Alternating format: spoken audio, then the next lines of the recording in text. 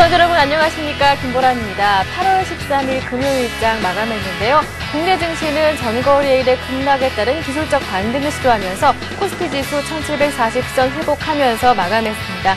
하지만 급락분을 감안한다면 되돌림 현상은 크지는 않았는데요. 또 외국인도 매도하고 있어서 아직까지 불안감이 남아있는 상황입니다. 오늘장 시장 분석은 잠시 뒤 전문가님과 함께 이야기를 나눠보도록 하겠습니다. 주식 고수들의 알토란 같은 투자 비법을 함께하는 대박클럽, 오늘은 제5대 총통이라는 닉네임으로 활발하게 활약 중이신 애널리스트 고영주님 자리해 주셨습니다. 안녕하세요. 네, 안녕하십니까. 네, 한 주를 마감하는 금요일장이었습니다. 앞서 뉴욕 증시는 사흘째 하락으로 마감했고요. 국내 증시는 나흘 만에 1740선을 회복했는데요. 그렇다면 오늘장 그리고 이번 주장은 어떻게 정리를 하시나요? 네, 금주에는 한 차례 옵션 만기라는 것이 있었습니다.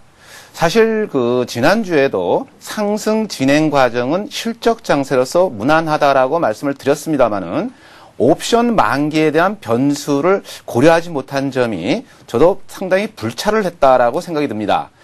이 옵션 만기와 관련해서 외국인들의 누적 선물이 양 이틀 사이에 한 1만 4천 계약이 단 하루 만에 집중 융단 폭격을 하면서 쏟아져 내려왔고, 그로 인해서 지수가 큰 폭의 하락 조정을 보였다는 점입니다. 물론 미국 시장 또한 바로 경기 둔화, 경기 회복에 대한 불확실성, WT까지 말이 나오면서 미국 시장마저 급락했고, 이러한 현상은 글로벌 시장의 영향적인 요소가 우리나라 시장의 옵션 만기와 맞물리면서 지수 관련 대형주들이 무참하게 하락하는 그러한 과정을 보였습니다. 그러나 일단은 반등의 전환점을 만들었다는 것은 시장의 새로운 방향 전환 신호라고 볼 수 있기 때문에 금주 하나의 흐름을 놓고 본다면 옵션 만기라는 폭풍우가 지나갔다. 자, 그래서 금일이 금요일 마지막 오늘 주말인데요. 오늘 길적 반등은 다음 주 8월 3일 장세에 긍정적인 요소를 보일 수 있는 전환 신호들이 상당히 많이 시도가 나왔다. 이렇게 봤을 때는 상당히 긍정적인 요소로 보아줄 수 있겠다라고 말씀을 드리겠습니다. 네, 오늘 장을 기틀로 해서 다음 주 장부터 상승으로 방향을 틀 수 있을 것 같다라는 전망까지 들어봤는데요. 총통님께서는 주식 투자를 하실 때 기술적인 분석을 굉장히 중요시 하시는데요. 그렇다면 차트를 보면서 기술적 분석도 부탁드립니다. 네, 일단 차트적인 요소는 우리가 지도를, 그러니까 어느 여행을 간다고 했을 때 나침판, 즉 방향성의 흐름을 확인해 보고자 할 때 우리가 길적 분석을 많이 활용합니다. 그러나 길적 분석이 모든 것을 다 차지하는 것은 아닙니다. 우리가 기본적으로 기본적 분석과 길적 분석 여러 가지 사항들을 고려했을 때 가장 합리적인 방향을 설정하는 과정이죠.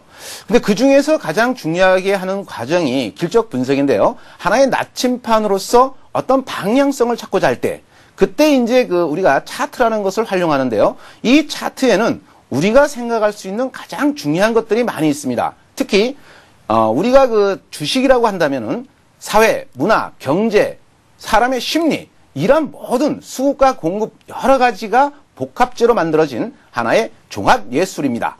이 종합예술에서 과학적인 논리를 빼놓을 수가 없습니다. 여기는 바로 일과 운동 에너지, 즉 힘이라는 것이 작용하게 되는데요. 자, 바로 주가지수가 8월 초만 하더라도 주가지수가 위에서 1800포인트에서 매달리는 상황을 만들었습니다. 1800포인트에서 매달리고 있을 때 사실 저도 5일 이동평균이라든가 10일 이동평균선 라인에서 조정을 받고 만기주에는 상승으로 올라가지 않을까라고 생각을 했었습니다. 그런데 옵션 만기라는 이 부분이 나타났을 때 가장 중요한 것은 21선을 무너뜨릴 때 이 일과 운동 에너지를 놓고 보시면요. 어떠한 물체를 가격한단 말입니다. 물체를 가격하면 그 힘에 의해서 움직이게 됩니다. 즉 외국인들이 강한 하락 맹공을 퍼부었듯이 이러한 일과 운동 에너지에서 하락 방향으로 맹공을 펼쳤기 때문에 그로 인해서 최대의 수익을 내고자 외국인들의 하방 공격이었습니다. 그와 마찬가지로 기관도 같이 맞물리면서 매도 공세가 나왔기 때문에 지수가 상당히 깊게 하락하는 모습을 보였습니다만, 그러나 오늘 양봉을 만들면서 길적 반등을 만들었다는 점은 상당히 긍정적인 면이 있습니다. 물론 이 과정은 다음 주 전망에서 말씀을 드리겠지만은 시장 흐름의 오늘 양봉에서 업종별 할 것 없이 조선, 네, 그 다음에 기계, 그 다음에 IT, 충격 여파를 받았던 반도체, 이러한 업종 가릴 것 없이 은행, 증권, 건설, 일제히 상승을 했다는 점에서는 상당히 실적 반등치고는 강한 모습이었다. 이거는 다음 주에 긍정적인 요소를 보일 수 있는 차트의 힘에 녹아있다. 네, 이렇게 말씀을 드리겠습니다. 네, 이렇게 기술적 분석도 한번 들어봤고요. 그렇다면 다음 주 장은 어떻게 전망하시고 어떻게 전략을 짜봐야 하는지도 말씀을 들어보겠습니다. 네, 일단 다음 주에 가장 중요한 것은요, 두 가지 측면의 흐름을 생각해 볼 수가 있습니다. 무엇이냐면요, 지수가 앞에서 말씀드렸듯이 충격 여파로 한 차례 쇼크를 먹은 겁니다. 이 쇼크가 급락을 만들었습니다만은 오히려 반등의 양상을 보였는데, 여기서 중요한 것은 첫 번째 안을 설명드리겠습니다. 낙폭 깊은 거를 바로 V자로 강하게 끌어올리느냐의 관점입니다. V자로 강하게 끌어올린다는 것은 그만큼 수급적인 힘을 바탕하게 해야 됩니다. 이 수급적인 힘이 강한, 다시 한번 외국인들의 매수세, 즉 실적 장세가 진행되는 데는 큰 변함이 없습니다. 다시 한번 말씀드린다면 전체적인 상승 진행 추세의 궤적도, 트렌드에는 변함이 없이 실적 장세로 1800포인트, 1900포인트로 향해서 진행되는 과정은 변함이 없습니다. 다만 단기적으로 20일 이동평균선을 훼손하고 무너졌기 때문에 20일 이동평균선에 안착되는 과정이 상당히 중요하다고 할 수가 있습니다. 물론 이 과정까지는 첫 번째 안은 V자로 빠르게 회복세를 보이면서 주가지수가 1780, 1790 라인까지 회복하느냐의 관점을 첫 번째 안으로 볼 수가 있겠고요. 두 번째 안은 말입니다. 주가지수가 수직 급락을 했기 때문에 반등을 주고 다시 시간을 끌면서 무엇이 필요합니까? 바닥 다지기, 저점 다지기가 필요합니다. 이 저점 다지기를 만들면서 점진적으로 올라가는 이러한 과정으로 두 가지 상황을 설정할 수가 있습니다. 따라서 8월 셋째 주를 놓고 본다면 V자로 올라갈 것이냐, 아니면 점진적으로 물량을 소화하면서 올라갈 것이냐, 이 두 가지 관점에서는요, 오늘 금요일 장세를 놓고 상황을 봤을 때는요, 물론 거래가 따르지 않은 가운데 무려 주가지수가 24포인트 올라가면서 업종 가릴 것 없이 전반적으로 다 올랐습니다. 이러한 힘의 논리를 놓고 본다면 저는 1번 V자형의 강한 반등이 8월 셋째 주에 나올 수 있겠다. 이러한 쪽으로 봤을 때 다음 주는 상당히 강한 상승장의 모멘텀이 나오지 않겠느냐. 네, 이렇게 말씀을 드리겠습니다. 네, 이렇게 다음 주 장 전략까지 한번 짚어봤고요. 주식 고수들의 날카로운 투자 전략과 함께하는 대박클럽, 누구나 함께하실 수가 있는데요. 샵 5588번 누르시고요. 궁금하신 종목과 주식 투자하실 때 궁금하셨던 점들을 남겨주시면 친절하게 상담을 해드릴 테니까요. 많은 참여를 기다리고 있겠습니다. 계속해서 고수의 투자 비법 함께합니다.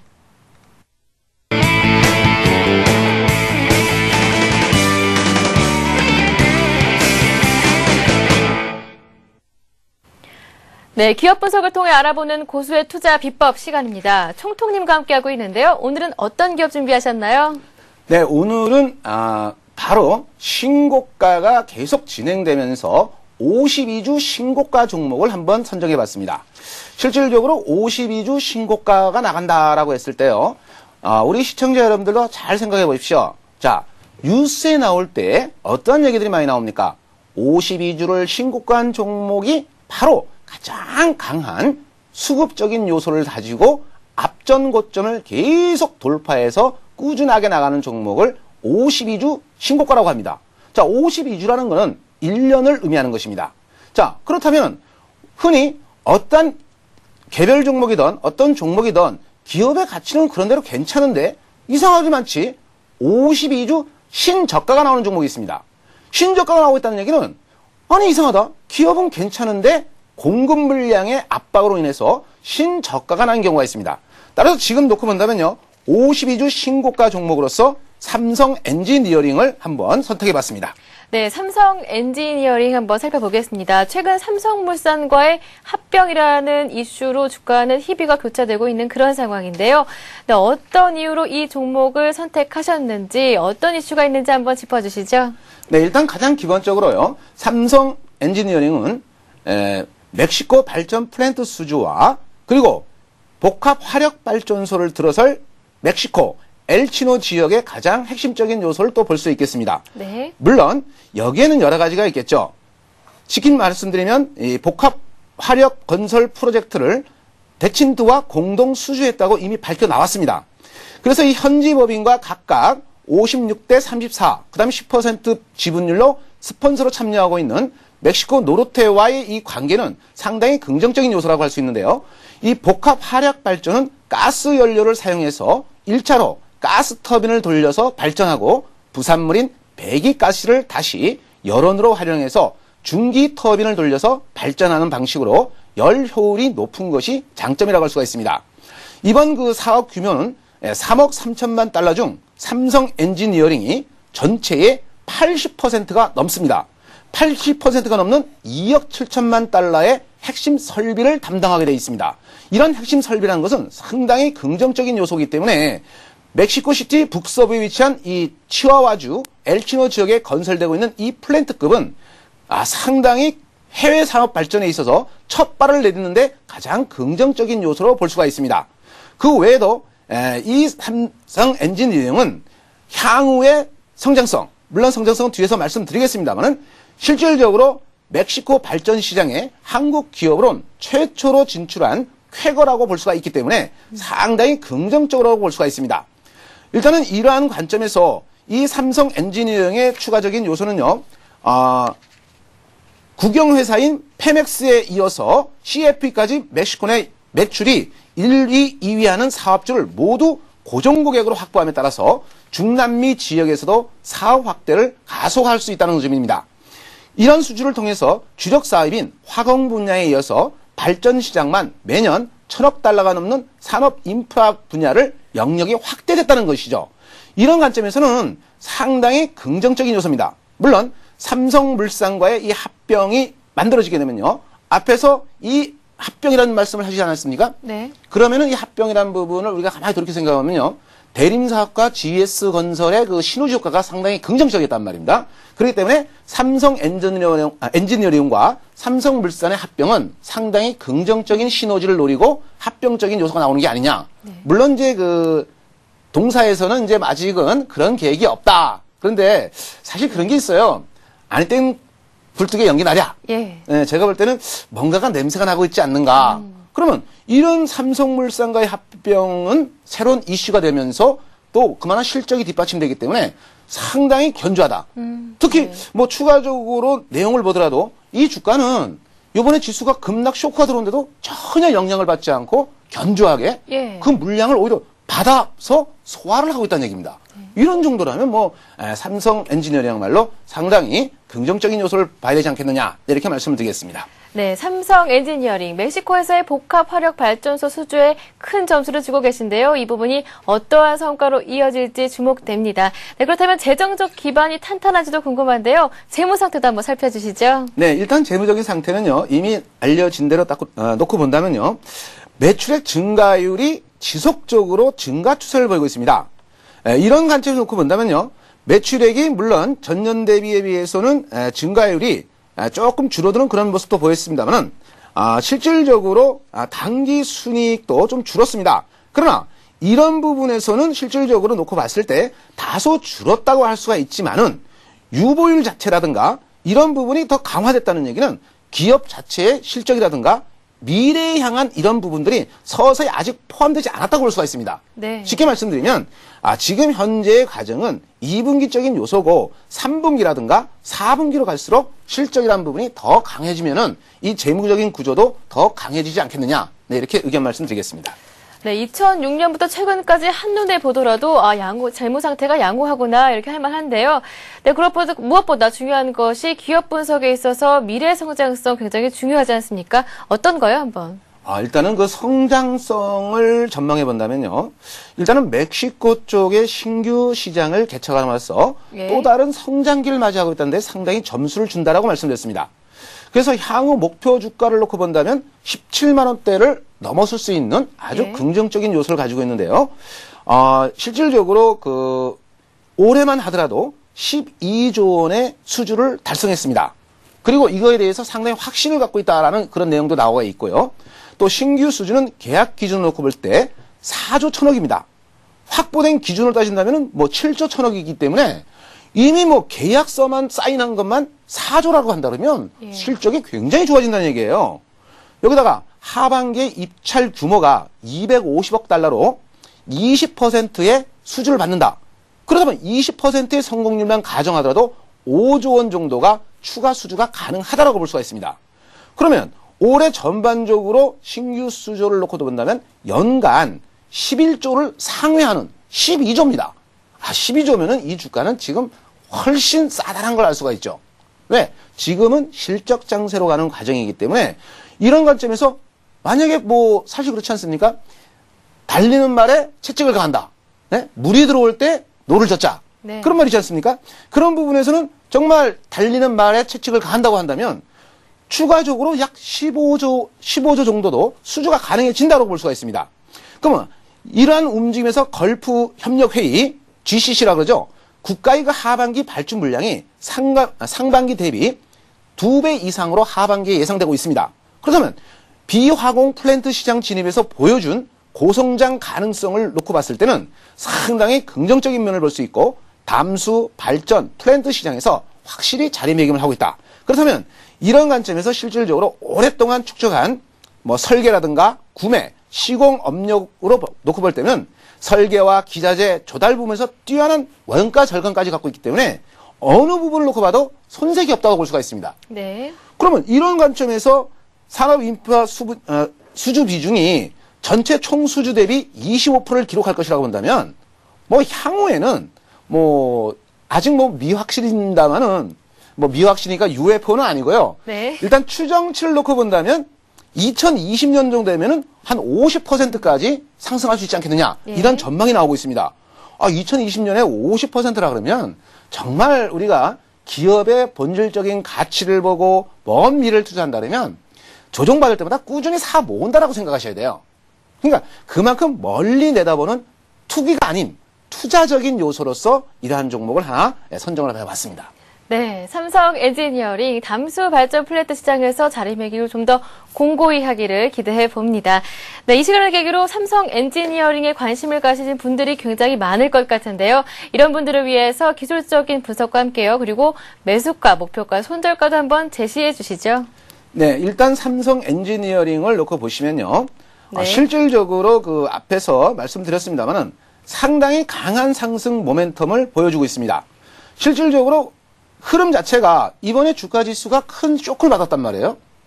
물론 21평 깨고 61평까지 근접해서 오늘 기적 반등을 보였지만은 이 종목은 전혀 하락하지 않았어요. 예.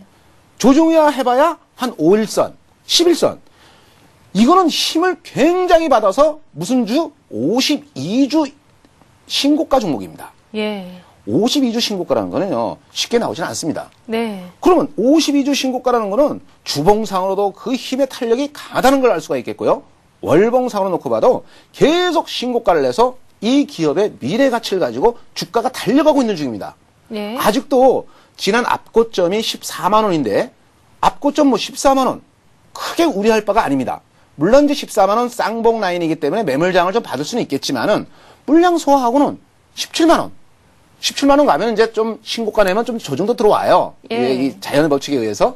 그러면서 또 올라갈 수 있단 말입니다. 네. 그렇기 때문에 이런 종목은 꾸준하게 한번 흐름을 한번 지켜보는 것이 좋지 않겠느냐라는 쪽으로 말씀을 드리겠고요. 또 한 가지 추가적으로 더 덤으로 말씀드린다면요. 네.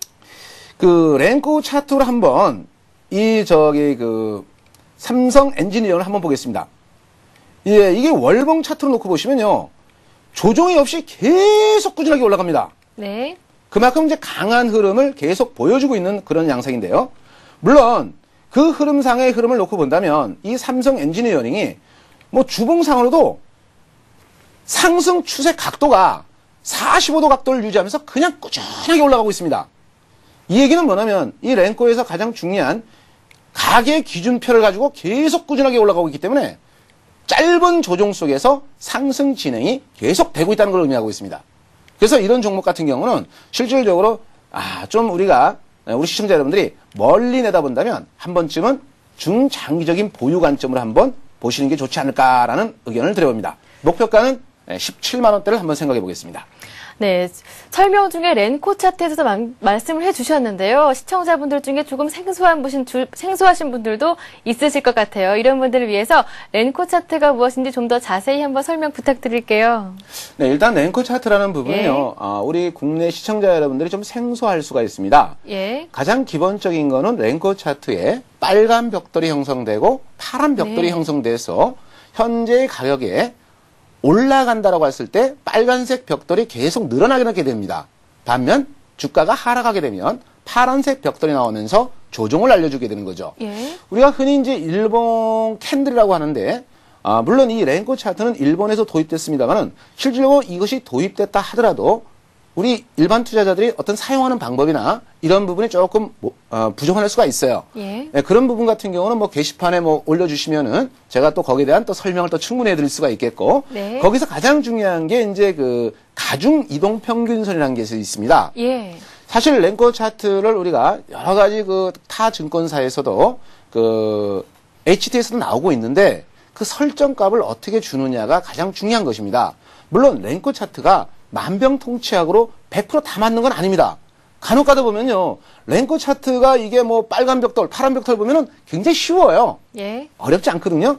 그러다 보니까 이걸 뭐 무슨 만병통치약이라고 약장수가 다니면서 약을 팔러 다니는데요.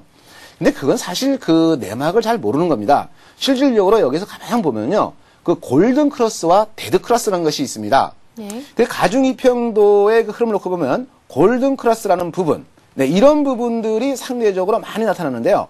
이런 골든 크로스라든가 데드 크로스, 이런 부분 중에서 방향을 전환할 때 이런 부분에서 그 중점적인 수급적인 요소. 예. 그래서 앞에서 말씀드렸던 게 뭘 말씀드렸나요? 일과 운동 에너지. 즉 사실은 이러한 부분에서 이 부분을 좀 더 구체적으로 좀 설명을 드린다면요. 삼성 엔지니어하고 말씀을 더 드리겠습니다만은 여기서 가장 중요한 게 우리는 이런 말씀을 드릴 수가 있습니다. 아인슈타인의 가장 기본적인 게 뭔지 아십니까? E는 우리가 MC 스퀘어라 그러죠? 네. 그래서 그 MC 스퀘어라는 그 상장 회사도 있듯이 이 MC 스퀘어라는 부분은 E라는 부분은 쉽게 말하면 에너지입니다. 그리고 M이라는 부분은 질량이 되겠고요. C라는 부분은 속력이 됩니다. 그러면 이 힘을 가지고 있는 이 부분의 일과 운동 에너지에서 그 힘을 등가속도로 밀어 올리는 힘과 같은 겁니다. 그러면 이미 중심값을 지나가고 있다는 얘기는 이 주가가 계속 올라간다는 신호가 되는 것이고, 네. 종합주가 지수가 1780, 1790을 넘어서게 된다면 역시 무슨 색깔이 나오겠까요? 무슨 색이 될까요? 렌코 차트에 일본과 주봉에도 빨간 벽돌이 나오면서 예. 전부 다 매수를 해야 된다고 신호가 나옵니다. 이 얘기는 결국 무슨 얘기냐면 원리의 가장 핵심하고 있는 것은 렌코 차트는 힘과, 즉 수급과 공급의 방향성, 그 부분을 명확하게 단순 명료하게 보여주는 차트라고 말씀드리겠습니다. 네, 고맙습니다. 일본어로 벽돌이라는 뜻의 렌코 차트까지 한번 살펴봤습니다. 주식 투자에서 살아남는 법칙, 기업을 알면 투자가 보입니다. 오늘 총통님과 함께 삼성 엔지니어링에 대해서 살펴봤습니다. 이어서 고수의 대박 포트폴리오 함께합니다.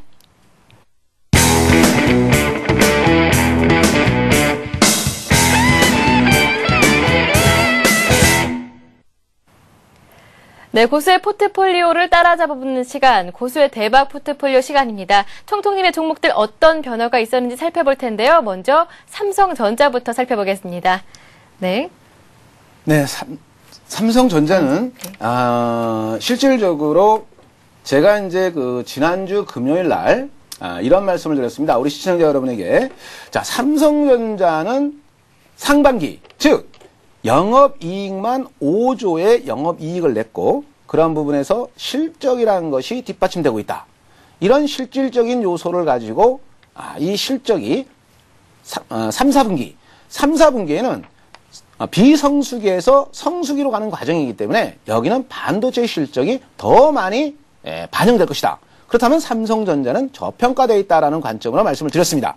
그러면 이런 삼성전자의 저평가된 관점에서 말씀을 드렸듯이 과연 삼성전자가 실질적으로 놓고 본다면 그만큼 안정적이고 리스크 위험을 최소화시키면서 공략할 수 있는 대표되는 종목이기 때문에 실제로 삼성전자에 대해서는 긍정적인 요소를 가지고 말씀을 드렸던 겁니다.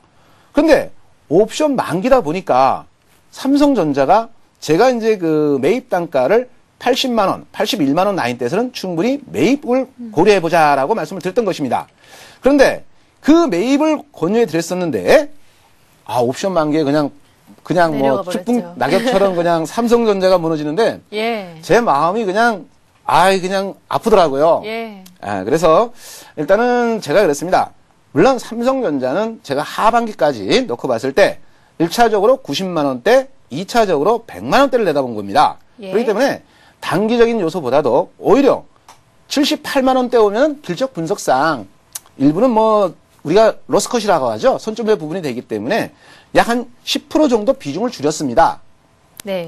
길적 분석상으로 이제 줄인 거고, 사실 그때 말씀드릴 때도 78만 원대 들어온다, 78만 원 이하로 들어온다 그러면 오히려 더 매수를 하겠다고 말씀드렸어요, 제가요.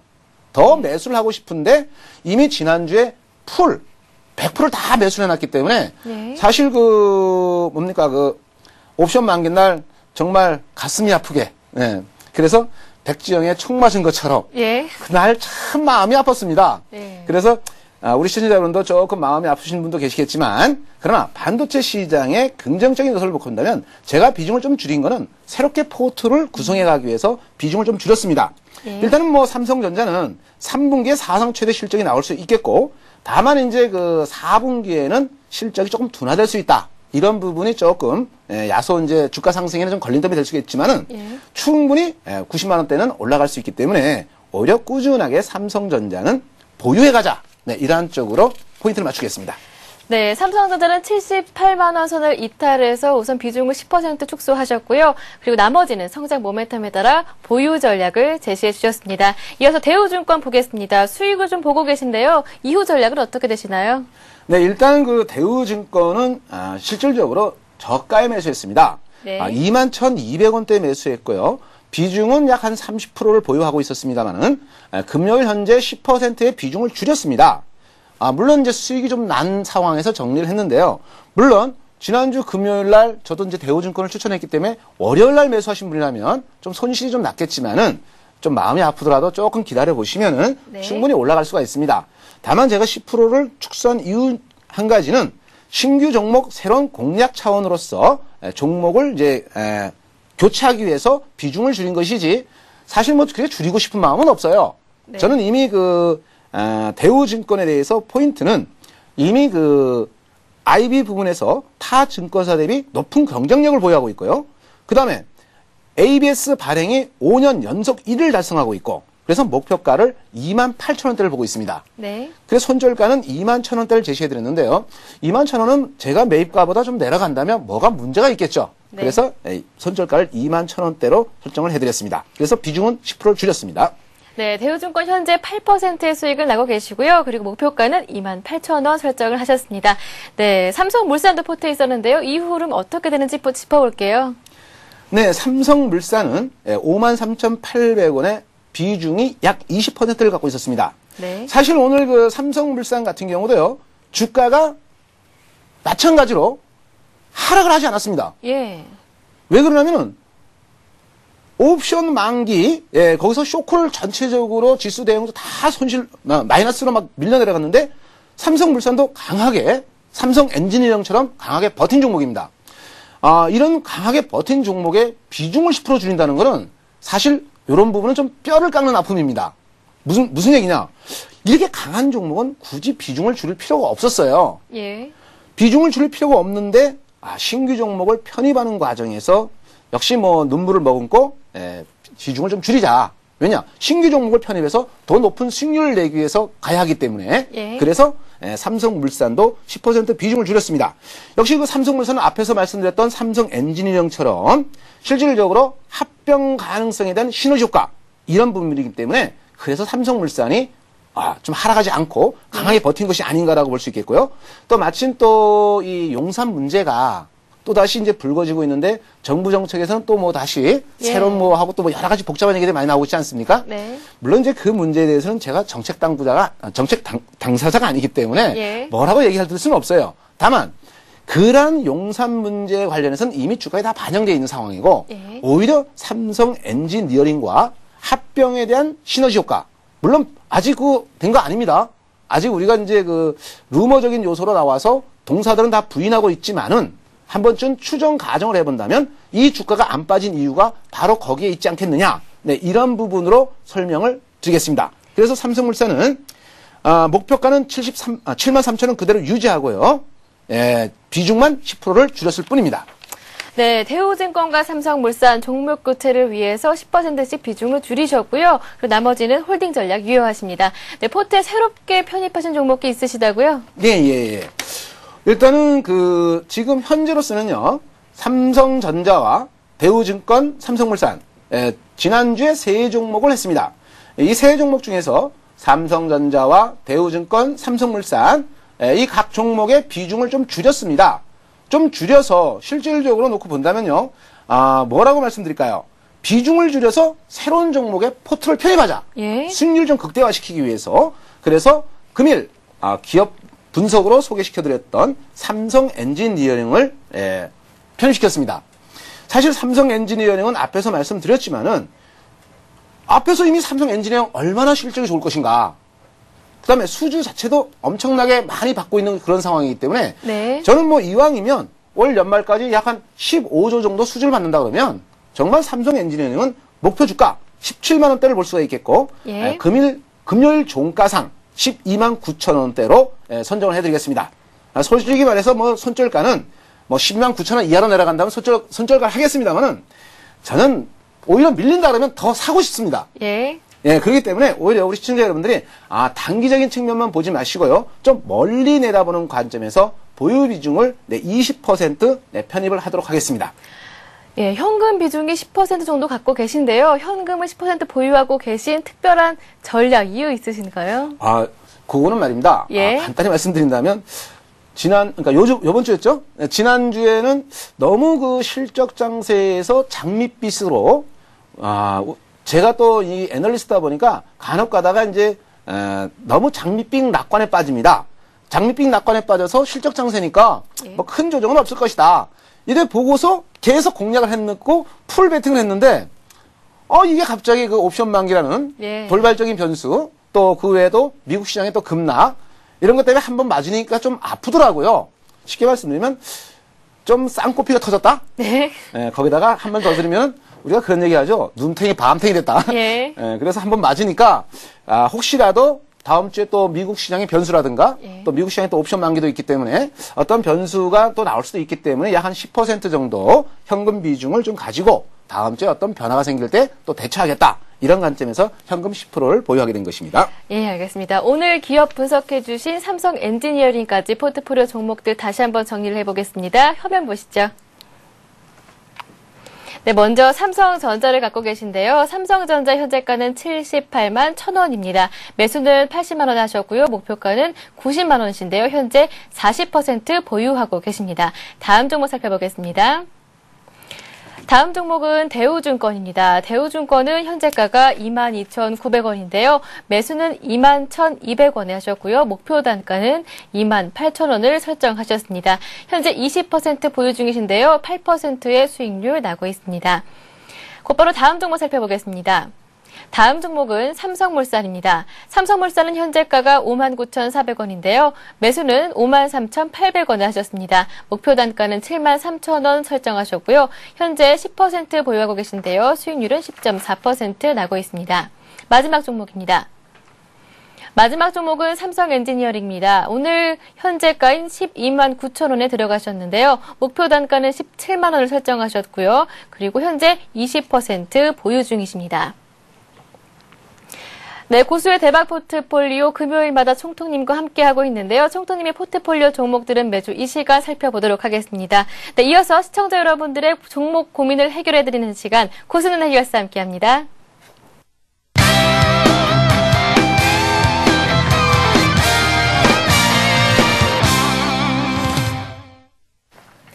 네, 샵 5588번으로 종목 상담을 신청받고 있습니다. 샵 5588번 누르시고요. 궁금하신 종목과 주식 투자하실 때 궁금하셨던 점들을 남겨주시면 전문가의 친절한 상담을 받으실 수 있으니까요. 많은 참여를 기다리고 있겠습니다. 첫 번째로 문자로 종목 상담 신청하신 분 만나보도록 하겠습니다.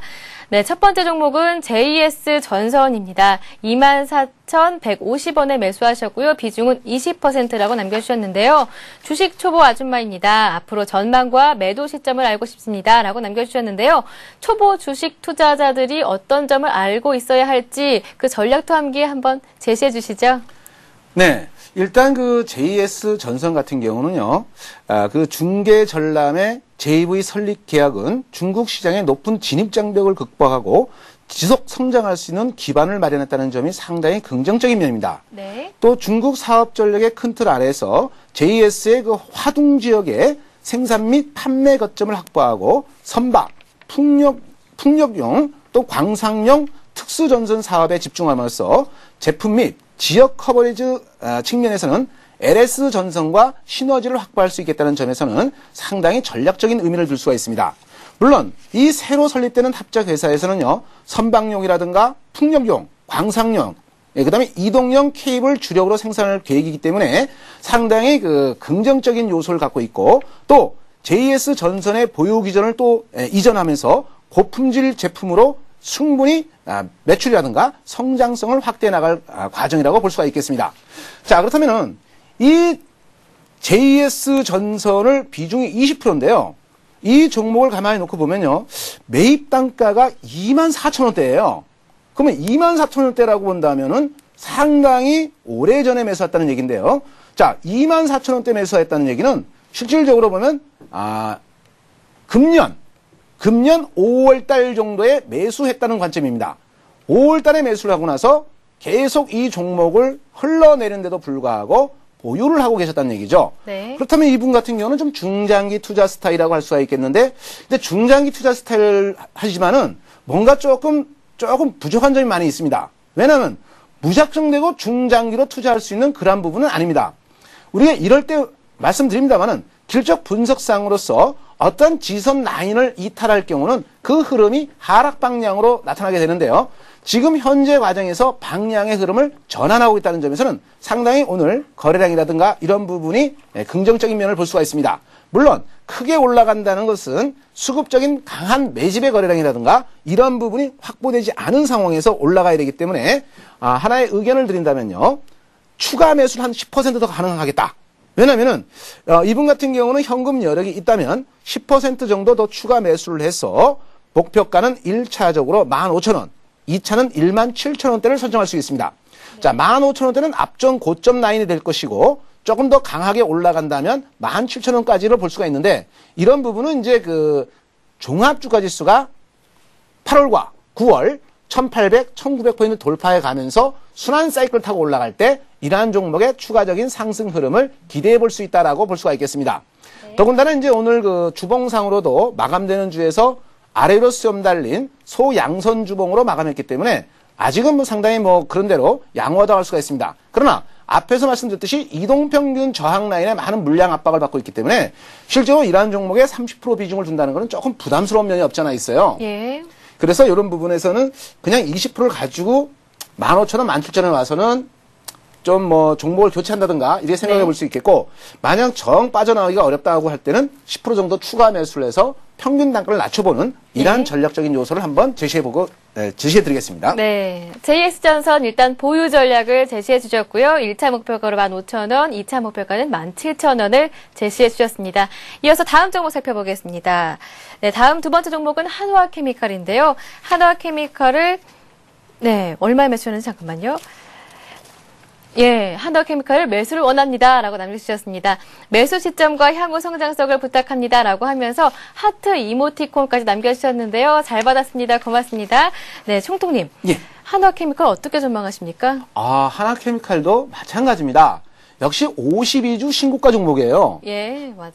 제가 그 삼성 엔지니어링을 설명드릴 때 52주 신고가를 잘 생각해야 된다라고 말씀을 드렸는데요. 우리 시청자 여러분도 잘 생각할 점이 하나 있습니다. 통상적으로 뉴스에 52주 신고가 나온 종목들이 나왔을 때 말입니다. 그 종목들 한번 자세히 보세요. 네. 통계적으로 놓고 보면요, 대부분 그 종목들이 많이 올라갑니다. 아니, 많이 올랐는데 근데 또 갑니다. 예. 그렇기 때문에 이 하나케미칼에 대해서 이분은 벌써 알고 계신 거예요. 예. 이번에도 보면 주가 지수가 급락 쇼크를 먹는데도 전혀 눈 하나 끔찍하지 않습니다. 안 빠져요. 그만큼 수급적인 매수세가 강하다는 것입니다. 그 이유가 뭐냐? 이유가 간단합니다.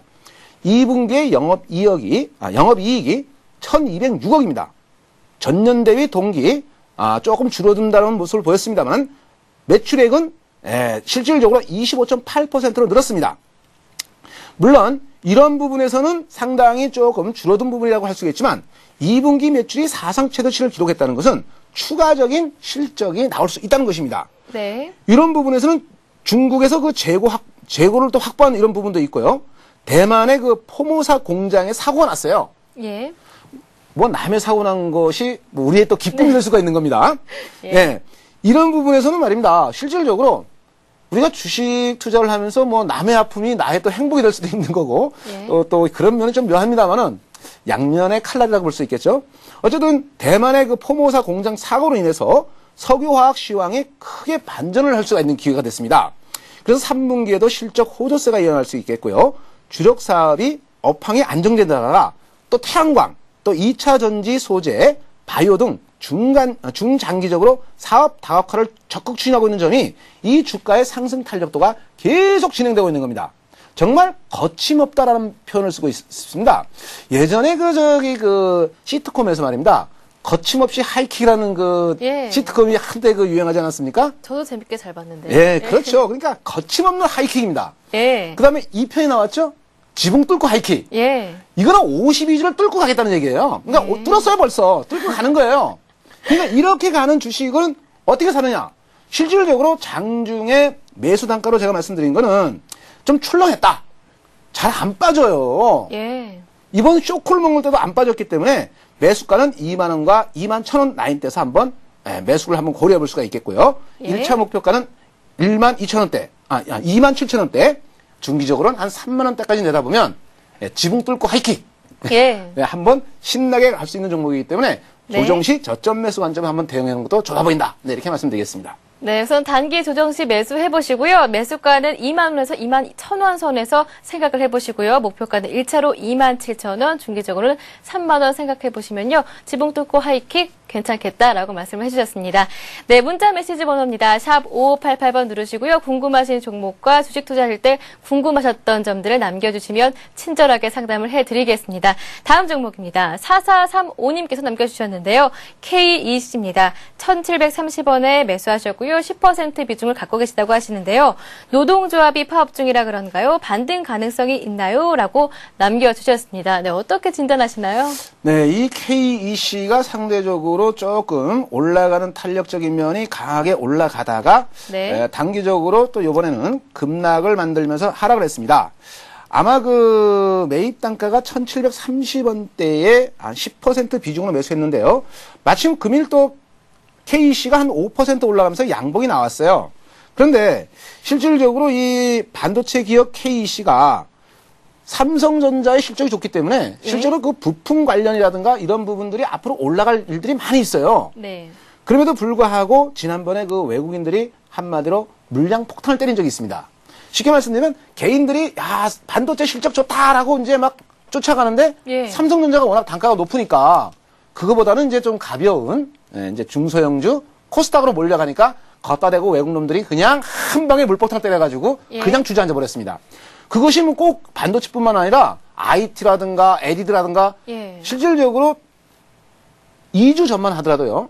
어떤 일들이 있었냐면은 지수는 신고가 내고 올라갔는데 개인들이 갖고 있는 종목들은 전부 다 마이너스입니다. 예. 그러니까 체감 지수가 마이너스예요. 계좌가 파란불입니다. 예. 지수가 올라갔는데 특정 종목만 올라갔다는 얘기예요. 쉽게 말하면 종목화 장세처럼 만들어진 겁니다. 그러다 보니까 개인들이 몰려가면 두들겨 맞고 무슨 이거 작정을 하듯이 들고 팼는데 당연할 재간이 없었던 겁니다. 수익률이 안 나와요. 예. 그런 그런 관점에서 KC도 두들겨 맞았는데 반도체 장비 부분과 이 부품 관점에서는 다시 올라갈 여력이 충분히 있습니다. 물론 지금 앞에서 우리 김보람 MC님께서 말씀하셨지만은 예. 지금 구미 공장의 노조 파업 때문에요. 예. 근데 이게 지금 다시 이제 재가동이 됐습니다. 예. 재가동이 됐기 때문에 6월 22일에 파업 이후에 생산이 일시 중단되면은 네. 일단은 돌아가는데 안 돌아가면 어떻게 돼요? 매출이 죽는 거 아니겠습니까? 네. 그러니까 당연히 주가가 빠지는데 엎친 데 덮친 격. 네, 그런 격으로 결국 또 물량 폭탄까지 같이 맞았기 때문에 흘러내려온 겁니다. 그래서 일단은 구미 공장을 제외한 뭐 전주라든가 중국, 태국 공장은 현재 풀 가동 중에 있고요. 회사 관계자는 뭐 한시라도 빨리 뭐 안정적인 공급을 하겠다 이런 관점에서 하계 휴가를 반납하고 생산에 매진하고 있다. 네. 그러나 이미 6월 20일부터 쉬었던 구간은 뭐가 됩니까? 매출의 감소죠. 그런 부분은 주가에는 상당히 좀 부정적인 영향을 미칠 수 있기 때문에 비중은 한 10%라면 길적 반등 시, 길적 반등 시 한번 매도를 해보자. 그래서 의견은 길적 반등 시 매도 관점으로 1,700원대 매수하셨기 때문에 1,700원 라인까지는 길적 반등이 나갈 수가 있습니다. 그래서 이런 관점을 놓고 본다면 이 흐름을 놓고 보면요. 크게 대파동으로 올라가고 조정파동으로 중파동으로 내려왔습니다.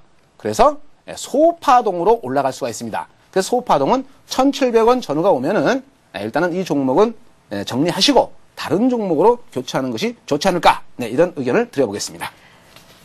네, 반등시 매도하시는데요. 1,700원 전후를 잘 살펴보시도록 하면 되겠습니다. 다음 문자 종목 상담 이어가겠습니다. 다음 종목은 루멘스인데요.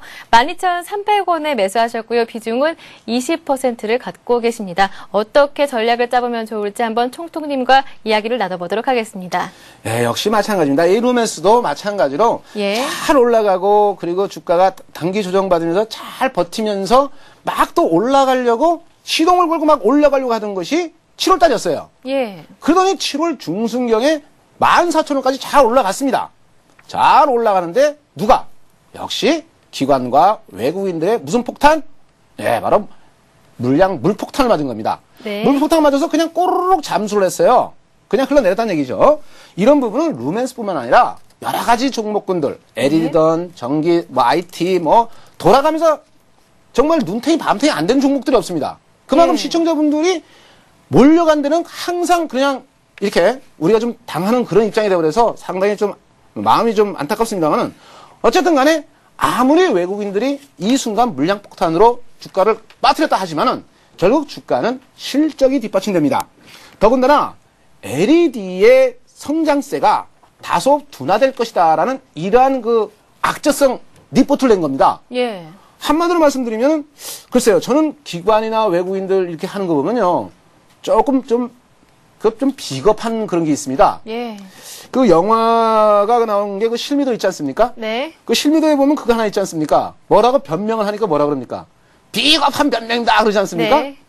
마찬가지로 이 외국인들이 하는 짓거리나 기관들의 일부 하는 짓거리 행태가 비겁하게 개인들이 몰려가니까 거기다 물포탕 때리고 LED 시장이 하반기는 전망이 좀 안 좋을 것이다 라고 리포트를 내놓습니다. 그래 놓고 개인들이 그런가 싶어서 또 팔고 나면 하반기에 다시 좋아진다 하고 다시 끌고 올라갑니다. 이게 완전히 이거 우리 개인 투자자들을 정말 가지고 놀고 있습니다.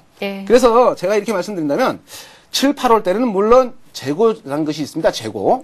이 재고 부분이 좀 조정이 돼야 되기 때문에 좀 그런 부분에서는 조금 주가에 좀 영향을 줄 수도 있겠지만은 9월달 이후에는 LED 이 시장이 다시 트라이드가 될 수가 있습니다. 다시 일어난다는 얘기입니다. 이것은 외국계들이 갖고 있는 그런 리포트 논리만 갖고 될 문제가 아닙니다. 여기서는 바로 말입니다. 다시 스마트폰. 자, 지난번에도 말씀드렸습니다만 이 아이폰, 갤럭시 X하고요. 무슨 싸움입니까? 실질적으로요. 이 아이폰하고 갤럭시는요. 애플하고 삼성전자의 한판 싸움입니다. 근데 지들끼리 북치고 장구친다라고 말씀드렸는데 이러한 부분에서는요. 실질적으로 스마트폰 시장이 다시 한번 확대된다면 이 LED 시장은 더 활성화될 수 있기 때문에 자 루멘스를 놓고 본다면요. 자 일단 추가적으로 보유 중인 20%인데요. 한 번 더 10% 더 매수 들어가도 좋습니다. 그리고 목표가는 14,000원. 지난번 고점대니까요. 14,000원대 한번 보시고요. 중기는 앞고점 16,000원까지 한번 기다려볼 수가 있습니다. LED 시장은 아직 죽었다라고 말씀드릴 수 없기 때문에 괜히 흔들리지 마시고 추가 한 10% 정도 물량 더 확보하는 게 좋지 않을까 의견 드려보겠습니다. 이렇게 해서 루멘스까지 한번 살펴봤습니다. 최종 투자 결정은 투자자분께서 하시는 거니까요. 총통님을 비롯해서 여러 전문가님들의 진단을 참고하셔서 현명한 투자하시길 바라겠습니다. 함께해 주신 여러분 감사드리고요. 그리고 오늘 수고 많으셨습니다. 대박클럽은 항상 여러분과 함께하고 있습니다. 언제든지 궁금한 점이 있으시면요. 샵 5588번으로 남겨주시기 바랍니다. 오늘 저희가 준비한 내용은 여기까지입니다. 시청해주신 여러분 고맙습니다.